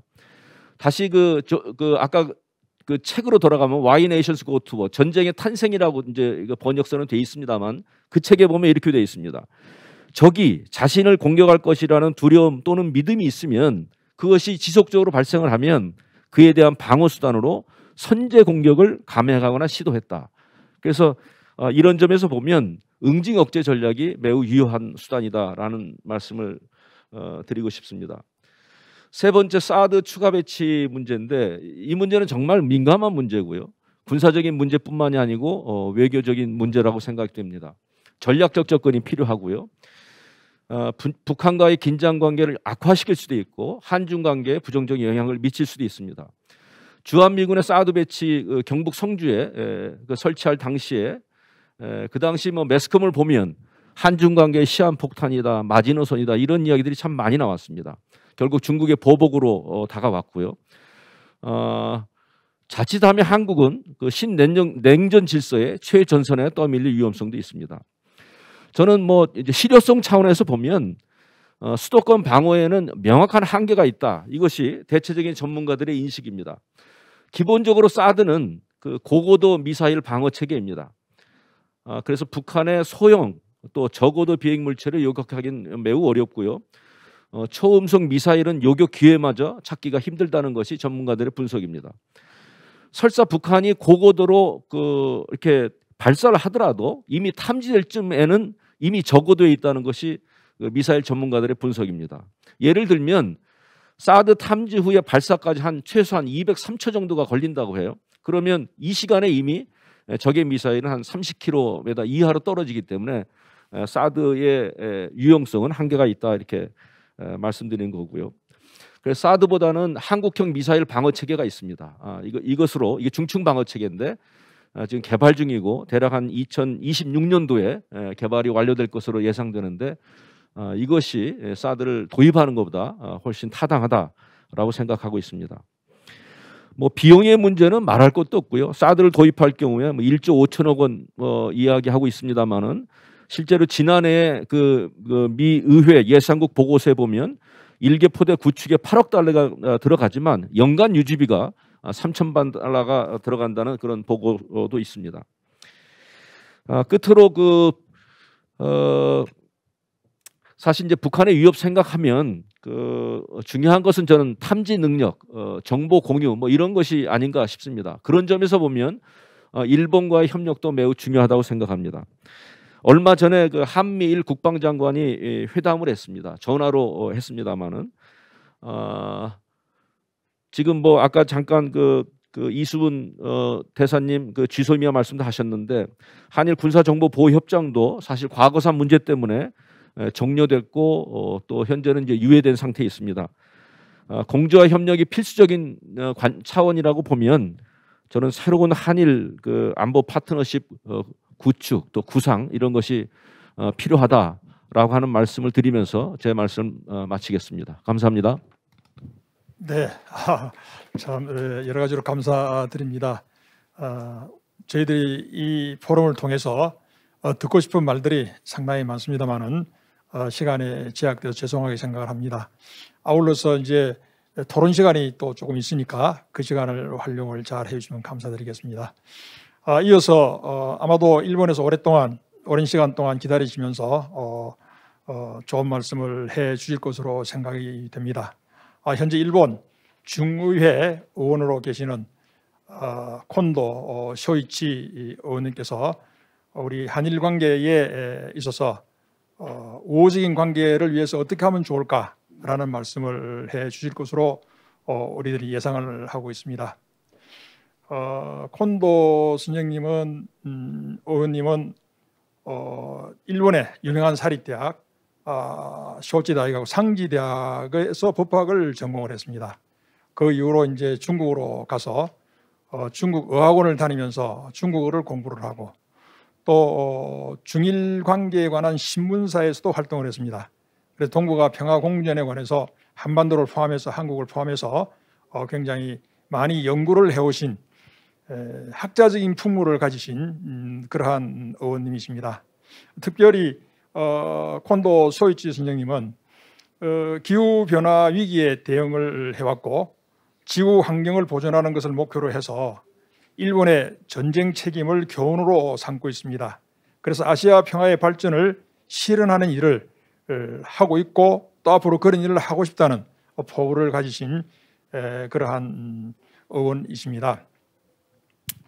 오늘 콘도 선생님은 의원님은 영어도 잘 구사하시고 하십니다만은 본인께서 일본인이시기 때문에 일본어로 이렇게 발표하는 것이 더 우리에게 피부로 가까이 다가오지 않겠는가 하는 그런 생각을 갖습니다. 그 통역은 마침 또 우리 옆에 호소카 교수님이 계시니까 통역을 부탁드리겠습니다. 원래는 동시 통역으로 하려고 생각했습니다만은 여러 가지 여건상에 부득이 순자 통역으로 진행하도록 그렇게 하겠습니다. 우리 콘도 소이치 선생님 부담 없이 하고 싶은 말씀 잘 전해주시면 감사하겠습니다. 콘도 선생どうぞよろしくお願いいたします。はい、皆さんこんにちは。ご紹介をいただきました衆議院議員の近藤昭一でございます。 지금 소개받은 중의원 의원 콘도 쇼이치입니다.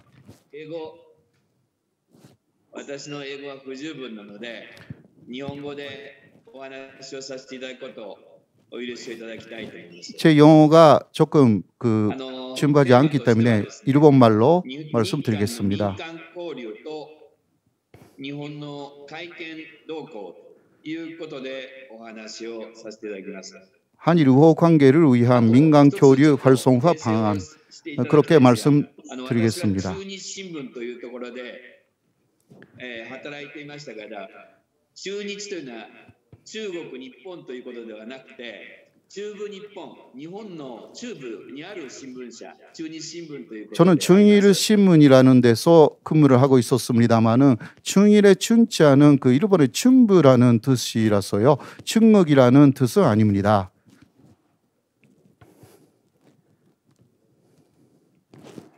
東條先生。よろしくお願いします。それでは数年前日韓関係はかつてないほど良好だと言われた時がありました。日本では韓流ブームが起こり韓国でも日本文化紹介が解禁をされました。その頃です。しかしそれも過去のものになってしまったばかりでなく日韓の関係はかつてない厳しさを見せています。 몇 년 전 한일 관계는 전에 없었던 만큼 양호하다고 흔히들 말을 했습니다.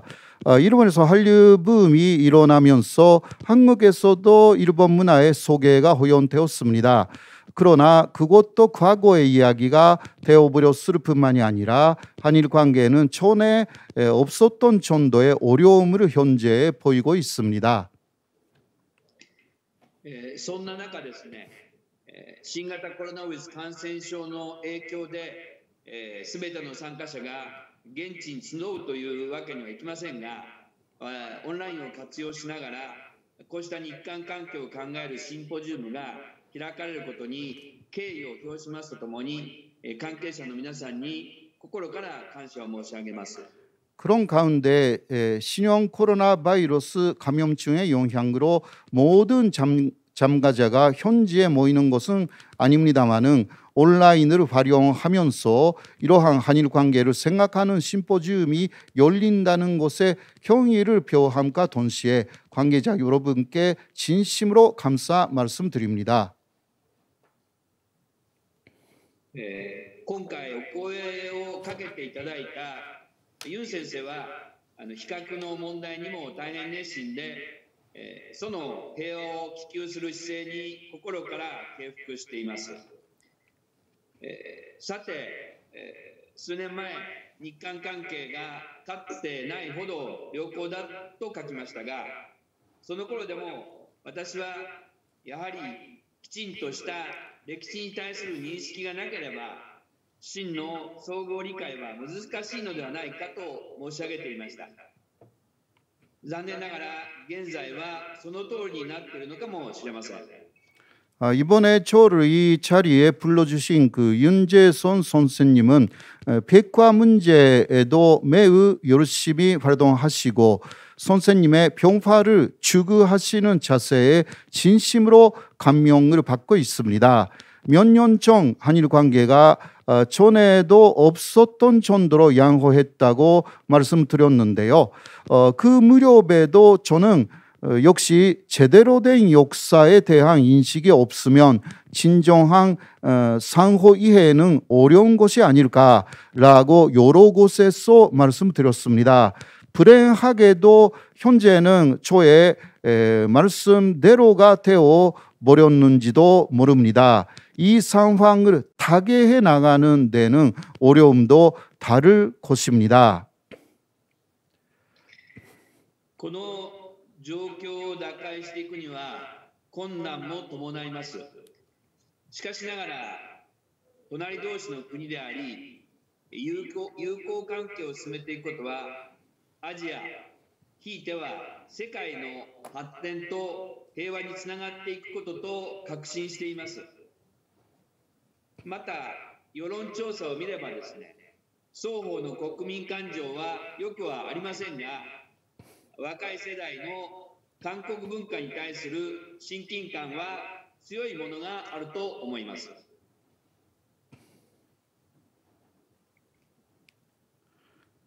그러나 그 일본과 한국은 이웃나라인 만큼 우호 관계를 추진해 나가는 것은 아시아 나아가서는 세계의 발전과 병화로 이루어지는 일이라고 확신합니다. 그리고 여론조사를 보면 양극의 국민 감정이 좋지는 않지만 일본의 젊은 세대의 한국 문화에 대한 친근감이 강합니다. 또 일본에서 제1한국인에 대한 차별이 없어지지 않았음이 사실이지만 차별에 반대하는 많은 국민이 존재하고 헤이트 스피치 해소법도 2016년에 성립했습니다.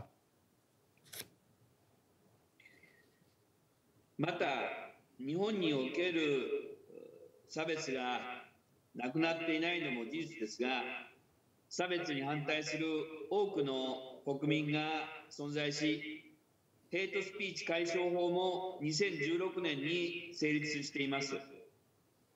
今後、民間交流、とりわけ子どもや若い人たちの実際の交流が大切だと思います。お互いの信頼関係がなければ、歴史に対する認識を広げていくのも難しいのではないでしょうか。 앞으로 민간 교류, 특히 어린이들이나 젊은 사람들의 실질적인 교류가 중요합니다. 서로 간의 신뢰 관계가 없다면 역사에 대한 인식을 넓히는 일도 어렵지 않을까요? 私は2000年からキッズ AU 子どもたちのアジア連合キャンプ北東アジア子ども交流という事業に毎年関わっています。残念ながらここのところは新型コロナのために開けてはいません。ロシア、モンゴル、中国、韓国、北朝鮮、そして日本という6つの国の子どもたちに野外活動、キャンプを通じて交流してもらおうという試みです。こうした交流で異なる文化と人間に共通のものの存在を感じてもらいたいと思っています。 저는 2000년부터 키즈 AU 어린이들의 아시아 연합 캠프 동북아 어린이 교류라는 사업에 매년 관여하고 있습니다. 최근에는 신형 코로나 때문에 열리지 못하고 있습니다만은 러시아, 몽골, 중국, 한국, 북한 그리고 일본이라는 6개 나라의 어린이들에게 야외 캠프 활동을 통해서 교류하게 하고자 하는 시도입니다. 이러한 교류로 다른 문화와 민족 간에서 서로 공통점이 존재한다라는 것을 느꼈으면 좋겠다. 그렇게 생각합니다. 私たちの夢はもともとはですね、EU に倣い、アジアの平和と発展を目指す AU、アジア連合の実現です。そのために、大人の世界は残念ながらいろいろあるけれども、子供には理屈抜き、思い切り遊んで、体で平和を感じてほしい。子供の頃に仲良くなってもらおう。将来に向けて子供たちという種をまこう。そうすれば友達のいる国とは戦争などしないよねということです。 우리의 꿈은 원래 EU를 본받아 아시아의 평화 그리고 발전을 목표로 하는 AU 아시아 연합의 실현입니다. 그것을 위해 어른의 세계에는 여러 가지가 있습니다만은 아이들은 어려운 그 이론을 빼고 마음껏 놀고 몸으로 평화를 느꼈으면 한다. 어렸을 때 친해졌으면 좋겠다. 장래를 향해 아이들이라는 씨를 뿌리자. 그렇다면 친구가 있는 나라와는 전쟁을 하지 않겠죠. 라는 이야기입니다. 特に南北の平和的統一を願い、南北朝鮮の子どもたちの交流も視野に入れました。残念ながら北朝鮮の子どもを呼ぶことはできませんでしたので、まずは在日朝鮮の子どもたちに参加してもらいました。また北朝鮮と国交のあるモンゴルで会した際には、なんとか本国から招待したいと、モンゴルの外務大臣とも連携し努力しました。残念ながら実現しませんでしたが、このキャンプで交流した子どもは、延べで1000人を超えました。 특히 남북의 평화적 통기를 염원하여 남북 간 어린이들의 교류도 계획했습니다. 유감스럽게도 북한 어린이들을 부를 수 없었기 때문에 우선 제1조선인의 아이들을 참여시켰습니다. 북한과 국교가 있는 몽골에서 행사를 개최했을 때는 어떻게든 북한에서 어린이들을 초대하고 싶다는 마음이 있었고, 몽골의 외무장관과도 제휴를 하는 노력을 했습니다. 아쉽게도 북한 어린이들의 참여는 실현되지 않았습니다만은 이 캠프에서 교류한 아이들은 1000명을 넘었습니다. 子どもたちは言葉が通じなくても、キャンプという野外活動を通じて見事に交流を深め、最終日には涙を流して別れを惜しみ、今後の交流を誓い合ってきました。そして、深くお互いを理解するとともに、ある意味の厳しい現実も発見していました。つまり、韓国の子供を話すコリア語と在日の子供たちの話すコリア語が微妙に異なるのです。このことを子供たちがどう受け止めたのかは分かりませんが、その姿から感じたのは未来へつながっていくということでした。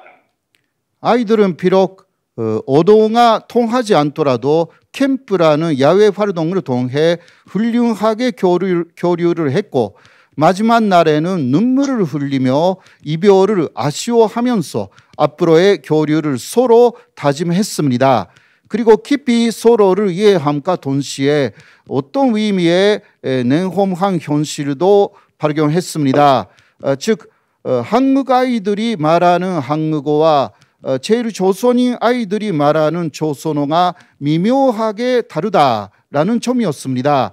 이것을 아이들이 어떻게 받아들였는지는 모릅니다만은 그들의 모습에서 느낀 것은 이런 만남이 반드시 미래로 연결될 것이다 라는 희망이었습니다. 残念ながら厳しい状況にある日韓関係ですが、先に申し上げましたように、若い世代を中心に韓国に親しみを感じる人は多くいます。かつて日本は朝鮮通信使を通じて多くの貴重な文化に触れ学びました。この時代に目を向ける交流も盛んであり、私の住む名古屋市緑区でも何年かに一度朝鮮通信使の通った街道を日韓の人々が一緒に歩くという行事も何回か開かれています。이것을 아이들이 어떻게 받아들였는지는 모르겠습니다만은 그들의 모습에서 느낀 것은 이런 만남이 반드시 미래로 연결될 것이라는 희망이었습니다. 안타깝게도 어려운 상황에 있는 한일 관계입니다만은 앞서 살펴보았듯이 일본의 젊은 세대를 중심으로 한국의 친밀감을 느끼는 사람들이 일본에 많이 있습니다. 이르치기 일본은 조선통신사를 통해서 많은 귀중한 문화를 접했고 배웠습니다. 그 시대의 시선을 돌리는 교류도 발발해서 제가 사는 나고야시 미도리区에서도 몇 년에 한 번 정도씩 조선통신사가 다닌 길을 한일 양국의 사람들이 함께 걸어가는 행사도 여러 번 열렸습니다. 新たな日韓関係を進め、相互理解を深めるため、音楽やスポーツ等を含め、さまざまな民間交流を進めていきたいと思います。 새로운 한일 관계를 전진시키고 상호회를 증진시키기 위해서 음악과 스포츠를 비롯해서 다양한 민간 교류를 추진하고 싶습니다. 私は日本の衆議院憲法審査会の委員を務めていますが、与党および野党の一部で改憲、格別9条に関する動きが活発化しています。しかし、日本があの戦争への反省から憲法に定めた平和主義はしっかりと守っていかなければなりません。必要なのは平和主義の具現化であり、そのための民間交流、相互理解の活発化であると思います。ありがとうございました。감사합니다. 저는 중용 헌법심사회 위원을 맡고 있는데 여당 그리고 야당 일각에서 개헌 각별하게 제9조에 관한 움직임이 바로바로해지고 있습니다. 그러나 일본이 전쟁에 대한 반성으로부터 헌법에 정한 평화주의는 확고히 지켜나가야 합니다. 필요한 것은 평화주의 근현이고 이를 위해서 민간 교류, 상호이해를 바로바로하게 해 나가는 것이 대단히 중요하다고 생각합니다. 이상으로 제 말씀을 줄이겠습니다. 감사합니다. 콘도 선생님, 혼돈이 아리가또 고자이마스. 지금부터 잠깐 통역을 해주면 좋겠습니다. 오늘 콘도 쇼이치 중회원 의원님의 발표 내용에 상당히 많은 감동을 받게 됩니다. 今日近藤昭一議員の発表してくださった内容から非常に大きな感銘を覚えました。 무엇보다도 한일 우호 관계에 있어서 미래의 희망인 어린이와 청소년의 교류에 관해서 좋은 말씀을 해주셨습니다. 何よりも日韓関係の改善に対する法案として青少年子どもたちの交流ということを発表してくださいました。 특별히 그 이외에도 앞으로 한일 관계, 우호 관계를 위해서 어떠한 정책을 해야 될 것인가라는 문제들을 구체적으로 말씀해 주셔서 감사드립니다. 그것뿐만이 아니라 죄송합니다. 일본말로 해야 되는데. 일본어で話してください。 예. それだけではなく今後どのような方策を取っていけばよいのか、日韓関係を改善するためにそのような内容をお話しくださって非常にありがたく感じました。 오늘 말씀하신 내용들이 한국인들도 똑같이 많은 생각을 갖고 있습니다. 今日お話しいただいた内容は韓国の人たちも同じように考えている内容がいくつかございました。 2024년도 평창에서 청소년 올림픽이 개최가 됩니다. 2024年にここ平昌で青少年オリンピックが開催されます。 콘도 쇼이치 기인 사마가 꼭 한국에 오셔서 이 행사에 참여했으면 좋겠다는 생각을 갖게 됩니다. その時ぜひ近藤先生も平昌に来てくださればというふうに強く思います。 네, 지금 시간이 예상외로 원래 이제 동시 통역을 해서 조금 빨리 마치고 그 다음에 한 30분 정도 시간을 가지고 못하신 그 말씀들을 가지고 토론을 하려고 계획을 했었습니다. 근데 역시 제가 지혜가 모자라서 시간 토론할 만한 시간 안 됩니다만 꼭 우리 연사님들께서 이 말은 내가 꼭 해야 되겠다라는 생각이 있으시면 한 말씀 해주시면 어떻겠습니까? 네, 없으시면은 여기서 이 마무리를 하고 싶은데 연사님들 어떻게 동의해 주시겠습니까? 네, 네, 감사합니다. 네, 오늘 우리는 평화 연구자님들께 모아서 평화를 소망하면서 그 경험과 지혜를 듣는 귀중한 시간을 갖게 되었습니다. 결국은 동북아 평화 공존에 있어서 가장 중요한 역할 중에 하나가 일본의 역할이다 하는 것으로 모아진 것 같습니다.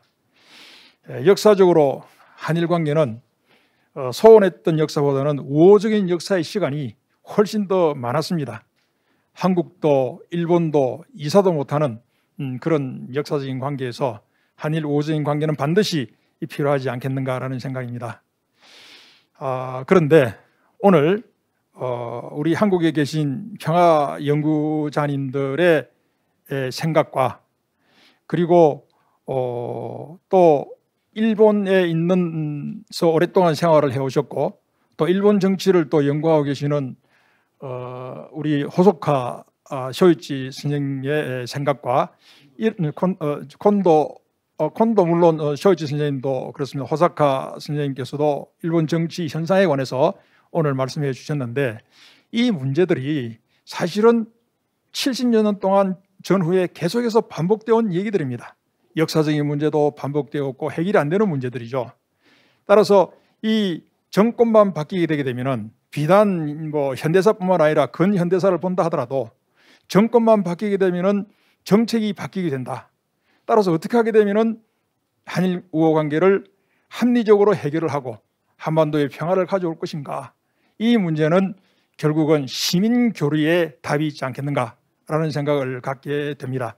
그런 의미에서 오늘 콘도 소요지 선생님께서 얘기해 주신 어린이 그리고 청소년의 교류는 지금부터 우호 관계를 위해서라도 활발하게 전개해야 될 중요한 민간 교류의 정책이 아니겠는가 하는 생각을 갖게 됩니다. 이런 의미에서 우리 동아시아 평화연구소에서는 일본 평화헌법에 평화헌법 자체가 전쟁을 하지 말자는 것이었으니까 이거를 일본 사람들이 바꾸려고 그러는데 또 일본의 많은 시민들이 동조하는 분들도 계신단 말이죠. 따라서 이러한 움직임을 막기 위해 가지고 노벨 평화상을 추천을 하자. 평화법을 지켜온 이분들에게 한국인의 사랑을 담아서 노벨 평화상을 추천하자라는 운동을 한국에서도 활발하게 하고 있습니다. 이런 모든 운동들이 결국은 그동안에 좋았던 한일 관계를 다시 회복할 수 있는 좋은 정책적인 방안이 아니겠는가라는 생각을 갖게 됩니다. 오늘 여러 가지 바쁜 가운데서도 국내외의 평화연구자님들의 지혜와 그리고 콘도 소이치 의원님이 제시해 주신 방안들이 구체적으로 실천에 옮겨져서 한일 우호 관계를 바탕으로 한 한반도 나아가 동북아 평화 공존이 실현되기를 간절히 우리가 바라는 마음에서 오늘 포럼을 마치고자 합니다. 장시간 함께해 주신 모든 분들께 감사의 말씀을 올립니다. 감사합니다.